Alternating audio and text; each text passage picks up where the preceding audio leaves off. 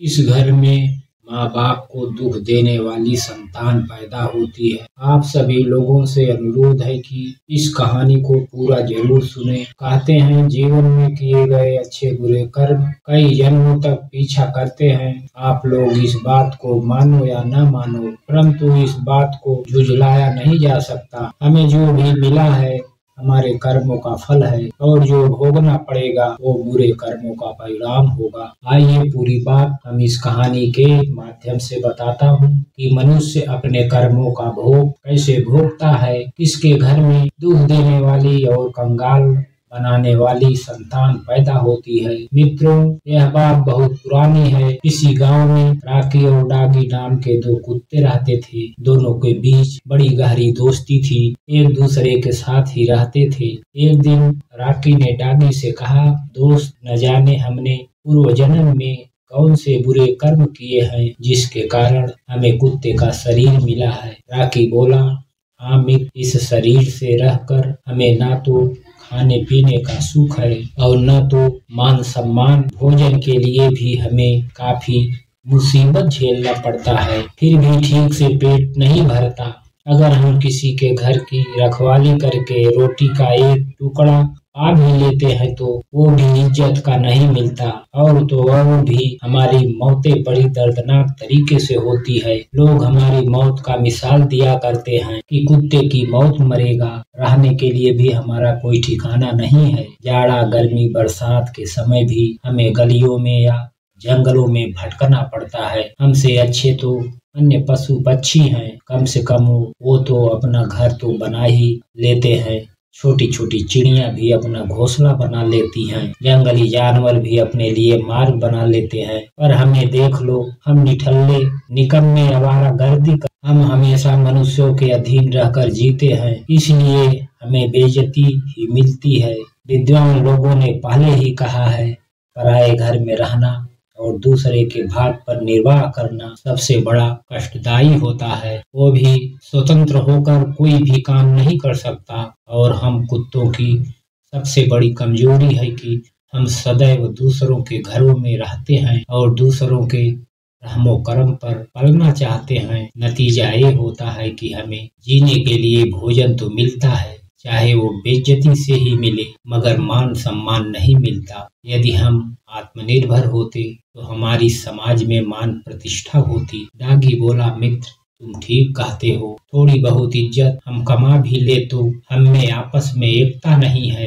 अपना ही अपने को काटता है। धिक्कार है ऐसे जन्म पर। हे मित्र, अब हमें तीर्थों का भ्रमण करके अपने अगले जन्मों को सुधार लेना चाहिए और इस कुत्ते की शरीर का परित्याग कर देना चाहिए। राकी ने अपने मित्र का समर्थन किया। दोस्तों, अब तो वे दोनों कुत्ते तीर्थ यात्रा करने के लिए चल दिए। रास्ते का तो उन्हें इतना ज्ञान ही नहीं था, पर भगवान के नाम का सहारा लेकर चल पड़े, क्योंकि कहते हैं बलवान के लिए कोई काम कठिन नहीं होता, पर सदमे के लिए कोई स्थान दूर नहीं होता, विद्वान के लिए कोई जगह विदेश नहीं होता और मीठा बोलने वालों के लिए कोई पराया नहीं होता। अब तो राकी और डागी दोनों मित्र तीर्थ यात्रा के लिए चलते जा रहे थे। चलते चलते उन्हें शाम हो गई। एक गांव के निकट एक पेड़ के नीचे रुक गए। भूख भी अब बहुत तेज लगने लगी थी। तब उन्होंने देखा कि वहीं एक गन्ने का खेत था, जिसमें बहुत सारे चूहे उछल कूद कर रहे थे। मोटे मोटे चूहे को देखकर राकी के मुंह में पानी आ गया। कहने लगा, भूख से हाल बेहाल है और सामने वाला खेत में हमें हमारा भोजन भी दिखाई दे रहा है। तुम कहो तो चले दो चार चूहों का नाश्ता कर लिया जाए। डागी नाम का कुत्ता बोला, अरे मित्र, ऐसी बात कर रहे हो, थोड़ा शुभ शुभ बोलो। हम दोनों शिकार के लिए नहीं आए हैं, तीर्थ यात्रा पर निकले हैं और जब तक हम तीर्थों का भ्रमण करेंगे किसी जीव को मारना तो दूर से मारने की बात भी नहीं सोचनी चाहिए। यदि हमने ऐसा किया तो उल्टा पाप भी लग जाएगा। हमें इस समय हिंसा से रहित शाकाहारी भोजन से काम चलाना होगा। डागी बोला, मित्र, शाकाहारी भोजन तो गांव में ही मिल सकता है। एक काम करते हैं, अपने दोनों लोग सामने वाले गांव में चलते हैं, जिसका जो मिल जाए उसे खाकर अपनी भूख मिटा लेते हैं और लौटकर इसी वृक्ष के के पास आ जाना। वो बोले, हाँ ये ठीक रहेगा। अब तो राकी एवं डागी दोनों कुत्ते गांव में पहुंच गए। गांव में वे दोनों अलग अलग होकर भोजन ढूंढने लगे। राकी नाम का कुत्ता एक ब्राह्मण के द्वार पर पहुंचा। ब्राह्मण पूजा पाठ करके भोजन करने बैठने ही वाला था। इधर ब्राह्मणी ने उसके भोजन की थाल को सजा दिया। ब्राह्मण बड़ा ही भागवत भक्त था। जब वह भोजन करने बैठा तो सबसे पहले उसने भगवान को भोग लगाया। इतने में राकी ने उसके थाली में मुंह डाल दिया और उसकी थाली से पूड़ी उठाकर द्वार पर बैठकर खाने लगा।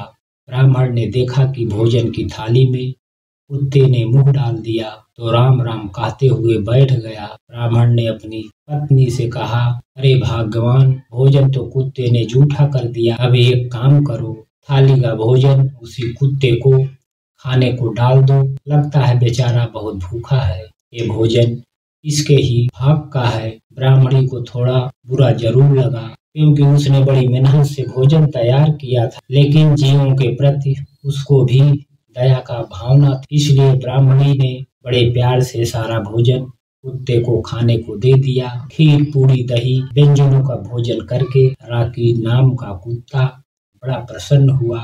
उसने ब्राह्मण और ब्राह्मणी को खूब दुआएं दी और वापस उसी पेड़ के नीचे आकर बैठ गया और अपने मित्र डागी के लौटने का इंतजार करने लगा। उधर डागी भी भोजन की तलाश करते करते गांव के एक सेठ के घर में जा पहुंचा। सेठ भी अपने घर में भोजन करने को बैठा था। इतने में डागी ने उसके थाली में अपना मुंह डाल दिया और पूड़ी को मुंह में पकड़कर द्वार पर बैठकर खाने लगा। इधर सेठ को उस कुत्ते की करतूत पर बहुत गुस्सा आया।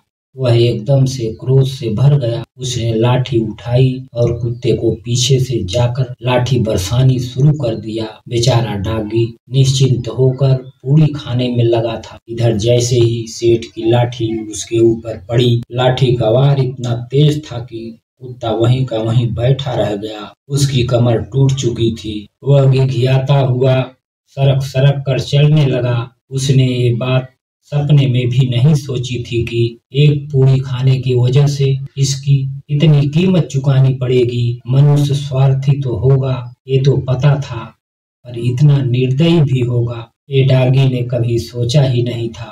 कमर टूट जाने के बाद उसने ठीक से चला नहीं जा रहा था। उधर उसका मित्र राकी पेड़ के नीचे बैठा उसका लौटने का प्रतीक्षा कर रहा था।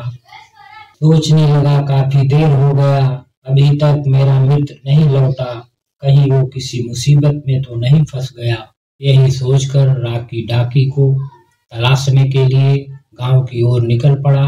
गांव पहुंचने पर उसे अपना मित्र डागी दिखाई दिया, जो खिसकता हुआ जैसे तैसे गांव के बाहर आया था। उसकी आंखों से आंसुओं की धार बह रही थी। वो अगले पैरों से सरकता हुआ यहाँ तक पहुंचा था। राकी ने डागी की टूटी हुई कमर देखी तो बहुत दुखी हुआ। पूछने लगा, मित्र, तुम्हें इस दशा में किस पापी ने पहुंचाया है? तब डागी ने रोते हुए सेठ का निर्दयता पूर्वक व्यवहार अपने मित्र बता दिया। सेठ की दुष्टता के बारे में जानकर राकी का खून खौल उठा, मगर वह कर भी क्या सकता था। वह एक जानवर जो ठहरा। डागी बोला, मेरा जीना या न जीना अब तो एक सा हो गया है। सेठ ने मेरी कमर तोड़कर मुझे तीर्थों का भ्रमण करने से भी वंचित कर दिया। अब इस टूटी कमर के साथ मैं और जीना नहीं चाहता। मुझे तुम किसी तरह से यहाँ से ले चलो और मैं अपना प्राण त्यागना चाहता हूँ। मित्र डागी जैसे तैसे करके गया और एक नदी में कूदकर उसने अपने शरीर का अंत कर दिया।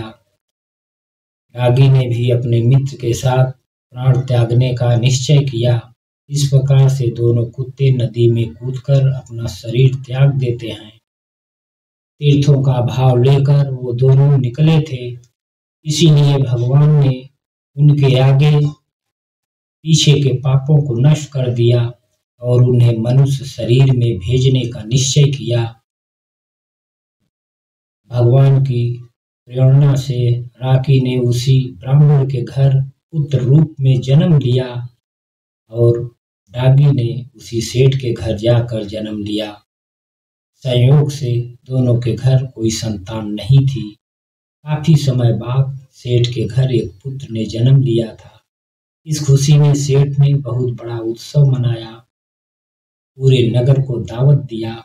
अभी तो उसी का जश्न समाप्त ही नहीं हुआ था कि इतने में सेठ को खबर मिली कि उसके व्यापार में बहुत बड़ा नुकसान हो गया और उसके गोदाम में आग लग गई है।